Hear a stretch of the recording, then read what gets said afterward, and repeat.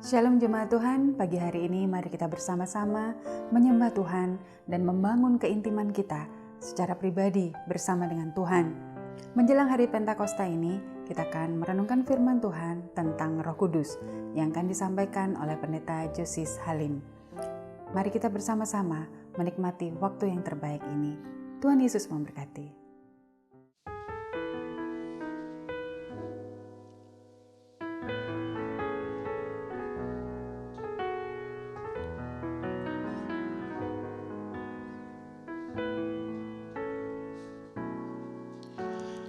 Roh Kudus hadir di sini, mengalir di bait suci. Perkara ajaib pun terjadi, kuasa mujizat nyata, karena Roh Allah sedang bekerja. Roh Kudus hadir di sini, mengalir di bait suci.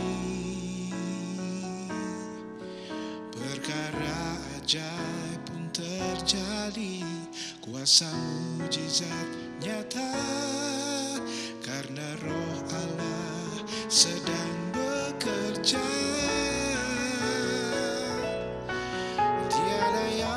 Mustahil dan tiada yang sukar bila Roh Allah turut bekerja. Tiada yang mustahil bagi orang percaya, karena Roh Allah turut bekerja di antara kita.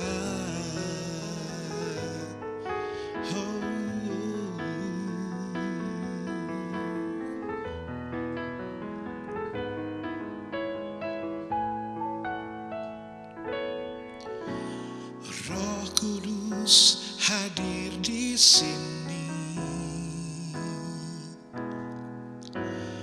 mengalir di bait suci. Perkara ajaib pun terjadi, kuasa mujizat nyata, karena Roh Allah sedang bekerja. Tiada yang mustahil dan tiada yang sukar bila Roh Allah turut bekerja. Tiada yang mustahil bagi orang percaya, karena Roh Allah turut bekerja. Tiada yang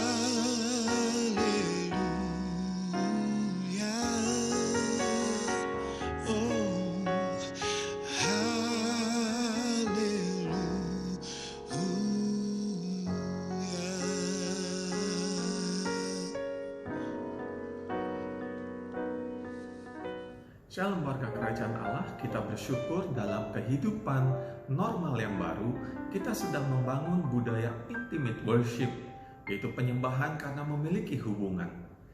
Dan saat ini tema renungannya adalah memiliki karakter yang baik, yang diambil dari 2 Korintus pasal 3 ayat yang ketiga. Dikatakan karena telah ternyata bahwa kamu adalah surat Kristus yang ditulis oleh pelayanan kami, ditulis bukan dengan tinta tetapi dengan roh dari Allah yang hidup, bukan pada loh-loh batu melainkan pada loh-loh daging, yaitu di dalam hati manusia. Ketika mulut kita mengaku hati percaya kepada Tuhan Yesus, maka kita menjadi ciptaan baru di dalam Kristus, dan roh kita kembali terhubung dan bersatu dengan roh Kristus. Bagaimana dengan jiwa dan tubuh kita?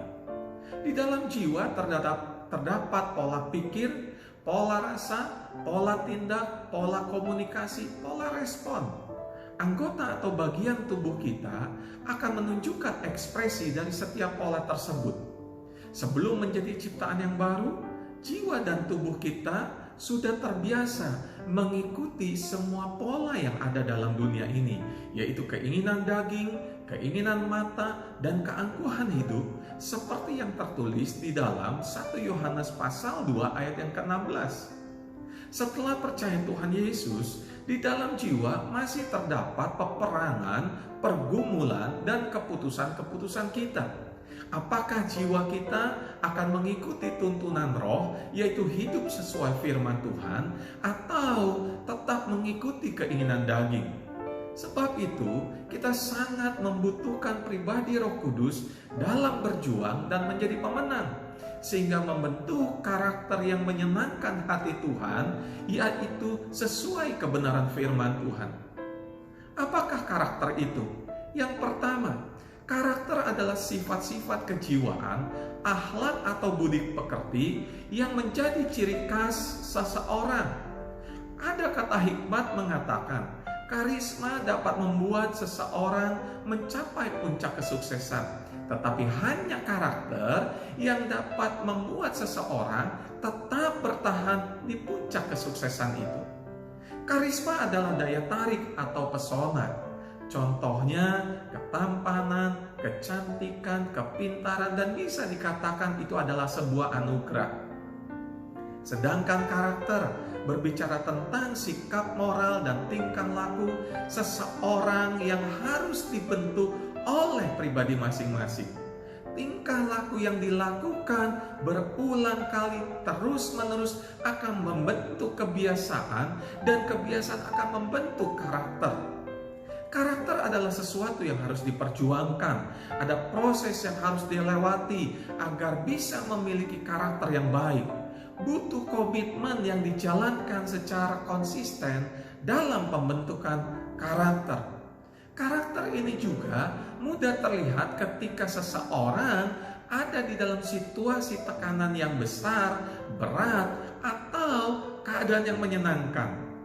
Pastikan karakter kita tidak hanya terbentuk melalui benda, situasi, orang, atau yang kita kenal selama ini namanya adalah BOS. Tetapi terutama karakter kita dibentuk oleh setiap firman Tuhan yang kita dengar, kita lakukan setiap hari. Warga kerajaan Allah, ingatlah bahwa keintiman kita dengan Kristus akan membentuk karakter, menuju keserupaan, dan membawa pola hidup yang baru yang pasti lebih baik, lebih bermanfaat, dan sesuai firman Tuhan. Sebab itu, pastikan Tuhan bangga dengan karakter kita. Mari dirikan dan bangunlah terus mezbah pribadi dan keluarga kita, dasarnya karena kita mengasihi dan mencintai Tuhan Yesus. Yang kedua, karakter menunjukkan siapa diri kita sesungguhnya. Orang Kristen yang berkarakter berarti orang yang tetap menjaga kualitas hidupnya dengan baik, sekalipun tidak ada orang yang melihatnya, karena ia tahu Tuhan melihat setiap perbuatannya. Ia akan tetap maju meskipun ada tantangan. Ia tetap konsisten melakukan yang terbaik dari dirinya sendiri, sekalipun hasilnya belum terlihat. Ia tetap rajin meskipun yang lain kehilangan semangat. Ia tetap memberi sekalipun banyak yang mengecewakan. Mulai saat ini, katakan pada diri sendiri bahwa hidup saya adalah hidup bagi Kristus. Sebab itu, bangkitlah dari keterpurukan, berjalanlah dengan kekuatan baru yang berasal dari Tuhan. Tinggalkan masa lalu, hiduplah untuk masa depan bersama Roh Kudus. Ingatlah bahwa hidup saudara berharga, bernilai dan sangat dikasihi Tuhan Yesus, sekalipun engkau ditinggalkan atau dijauhi manusia. Warga kerajaan Allah, Tuhan memberikan hidup ini sebagai sebuah kesempatan untuk menjadi pribadi yang produktif dan memberi manfaat bagi sesama. Sebab itu, hasilkan karakter Kristus yang berkualitas, bernilai, dan berharga kebenaran. Yang ketiga, merupakan penyembahan kita pada Tuhan oleh pertolongan Roh Kudus. Di dalam suasana intimate worship, yaitu membangun penyembahan yang intim, dalam, dan mengubahkan. Sediakan waktu dengan sengaja dan konsisten untuk intim dengan Tuhan. Alami perjumpaan pribadi dengan Kristus sehingga karakter kita diperbaharui dan diubahkan oleh kasih-Nya. Bahkan hidup kita mengalami kuasa dan mujizatnya. Dan dalam menghadapi situasi yang ada, kita menerima hikmat yang berasal dari atas, yaitu dari Roh Kudus. Mari jadikan ekspresi karakter kita sebagai penyembahan kepada Tuhan. Di dalam kelemahan, ketidakberdayaan, ketidakmampuan, minta pertolongan Roh Kudus. Karena setelah Tuhan Yesus naik ke sorga, Ia berjanji memberikan Roh Kudus sebagai penolong, penasehat, pemimpin yang membawa kita kepada kemerdekaan di dalam kebenaran. Ada beberapa contoh yang saya ingin bagikan, perubahan pola pikir, pola rasa, pola tindak, pola komunikasi, pola respons. Dulu pola pikirnya selalu negatif, pesimis, suka mencari-cari kelemahan sesama. Sekarang pola pikirnya positif, optimis karena pikirannya diisi dengan kebenaran firman Tuhan. Dulu pola rasanya sensitif, mudah tersinggung, emosional. Sekarang sabar, pengertian, dan mudah memahami karena memiliki kasih Kristus. Dulu pola tindaknya semau gue, tidak pikir panjang, suka menunda. Sekarang bersemangat, rajin, dan tujuan perbuatannya untuk menyenangkan hati Tuhan. Dulu pola komunikasinya tidak sehat, tajam, frontal, tidak peduli hati sesama. Tetapi sekarang kata-katanya penuh kasih, kejelasan, dan tegas. Dulu pola responsnya kaku, egois, suka membalas, bahkan lebih kejam dan pelit.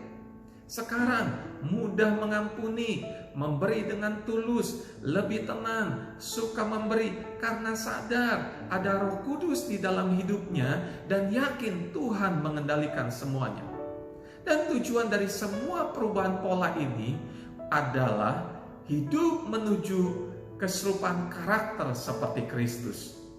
Warga kerajaan Allah, mulai saat ini izinkan hidup kita menjadi surat yang terbuka dan terbaca dengan jelas, menjadi jalan bagi sesama untuk berjumpa dengan kasih Kristus, serta karakter kita menjadi inspirasi bagi banyak orang karena kita ada di dalam Kristus dan Kristus ada di dalam kita. Mari miliki karakter yang baik yang seperti Kristus. Tetap jaga kesehatan, kebersihan, dan Tuhan Yesus memberkati aktivitas kita sepanjang hari ini. Jayo, tetap semangat. Amin.